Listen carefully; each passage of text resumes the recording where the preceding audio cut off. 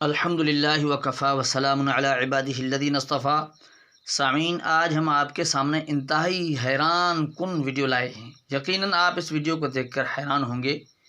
تو آگے چلنے سے پہلے ویڈیو کو لائک کیجئے اور شیئر کیجئے، اور اگر آپ ہمارے چینل پر نئے ہیں تو سبسکرائب کیجئے تاکہ ہماری ہر نئی آنے والی ویڈیو کی نوٹیفیکیشن آپ کو ملتی رہے۔ تو سامعین، ہمیں چاہیے کہ ہم اپنے عقائد پر مضبوطی سے ڈٹے رہیں اور علماء کے ساتھ رہیں۔ کسی کے زوردار دعوے سن کر پریشان نہ ہوں، نہ ہی دیکھنے اور سننے میں جو چیز اچھی لگے اسے اپنانا شروع کر دیں۔ جس طرح مرزا جہلمی دعوے تو بڑے اچھے کر رہا تھا، لیکن مفتی طارق مسعود جب جہلم گیا تو مرزا صاحب گھر سے بھی نہیں نکلے۔ تو سامعین، دعوے تو بڑے اچھے لوگ کیا کرتے ہیں، لیکن یہ چیز نہیں دیکھنی کہ کون کیا کہہ رہا ہے۔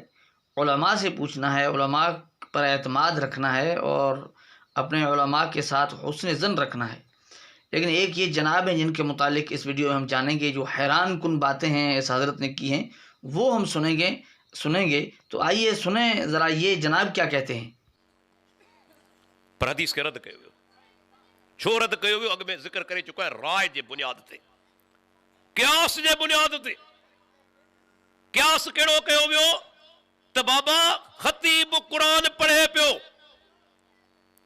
قرآن پڑھی سمجھانی دے پیو، قرآن پڑھو ونے تو قرآن کے بدھڑو آئے، نماز کونے پڑھنی تینجے کرے وہی رہے، یہ برکاتو نہ پڑھے۔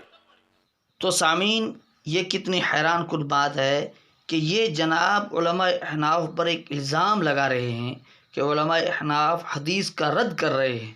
کس بنیاد پر؟ کہتے ہیں کہ رائے کی بنیاد پر حدیث کا علماء احناف رد کر رہے ہیں۔ کس بات کی حدیث؟ کہ خطبے کے دوران یہ 2 رکعت نماز نہیں پڑھا کرتے بلکہ لوگوں کو روکتے ہیں، اور یہ کہتا ہے یہ ان کا عمل رائے کی بنیاد پر ہے اور حدیث کے خلاف ہے۔ تو سامعین، یہ انتہائی حیران کن بات ہے۔ آئیے ہم دیکھتے ہیں کہ کیا واقعتاً جناب ڈاکٹر عبدالحفیظ صاحب اس عمر میں سچ بول رہے ہیں یا کہیں جھوٹ تو نہیں بول رہے۔ واقعتاً کتنی اس بات میں سچائی اور حقیقت ہے؟ کیا واقعتاً یہ رائے کی بنیاد پر عمل کر رہے ہیں؟ تو آئیے ہم دیکھتے ہیں۔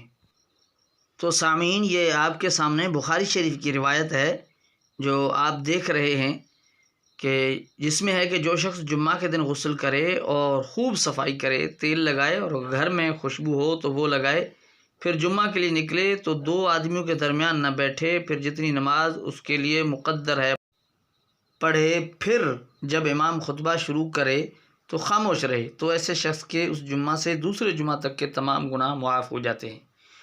تو سامعین، یہ تو بخاری شریف کی روایت تھی، تو اس میں بھی دوران خطبہ خاموشی اختیار کرنے کا کہا گیا۔ لیکن جس طرح یہ حضرت فرما رہے تھے کہ یہ حدیث کو چھوڑ رہے ہیں کس بنیاد پر؟ رائے کی بنیاد پر۔ تو ذرا ہم دیکھتے ہیں کہ علماء احناف، علماء دیوبند نے بھی اس چیز کے متعلق کچھ دلائل دیے ہیں، یا یوں ہی جس طرح یہ حضرت کہہ رہے ہیں کہ رائے کی بنیاد پر احادیث کو چھوڑا ہے۔ تو دیکھتے ہیں ہم علماء دیوبند کی کتب کو، ان کی کتابوں کی طرف رجوع کرتے ہیں۔ تو سامعین، یہ کتاب ہے اختلاف امت اور صراط مستقیم، مولانا محمد یوسف لدھیانوی صاحب کی۔ تو مولانا اس میں بھی بخاری شریف کی روایت بھی لائے ہیں اور دوسری روایات بھی نقل کی ہیں۔ اس میں ایک یہ ہے زوائد سے ہے، صفحہ 171 جلد 2 میں، جس کا ترجمہ ہے کہ مسلمان جب جمعہ کے دن غسل کر کے مسجد کی طرف چلے، کسی کو ایذا نہ دے، پھر اگر دیکھے کہ امام ابھی نکلا نہیں تو جتنی چاہے نماز پڑھتا رہے، پھر اگر یہ دیکھے کہ امام ابھی نکلا نہیں تو جتنی چاہے نماز پڑھتا رہے، اور اگر دیکھے امام نکل آیا تو بیٹھ جائے، سننے لگے اور خاموش رہے یہاں تک کہ امام خطبہ و نماز سے فارغ ہو جائے۔ تو اس طرح ایک اور صحابہ کے آثار میں سے نقل کی ہے، موطا امام مالک میں سے اور موطا امام محمد سے، کہ حضرت عمر رضی اللہ تعالیٰ عنہ کے زمانے میں لوگ جمعہ کے دن نماز پڑھتے رہتے تھے، یہاں تک کہ حضرت عمر رضی اللہ تعالیٰ عنہ تشریف لاتے۔ پس جب حضرت عمر رضی اللہ تعالیٰ عنہ تشریف لا کر ممبر پر بیٹھ جاتے تو مؤذن اذان کہتے تو ہم بیٹھے بیٹھے بات کر لیا کرتے تھے، پھر جب مؤذن خاموش ہو جاتے اور حضرت عمر رضی اللہ تعالیٰ عنہ خطبہ کے لیے کھڑے ہو جاتے تو ہم خاموش ہو جاتے، بس ہم میں سے کوئی شخص کلام نہ کرتا۔ ابن شہاب فرماتے ہیں پس امام کا نکلنا نماز کو اور اس کا کلام کرنا گفتگو کو بند کر دیتا ہے۔ تو یہ صحابہ کے آثار میں سے ہے۔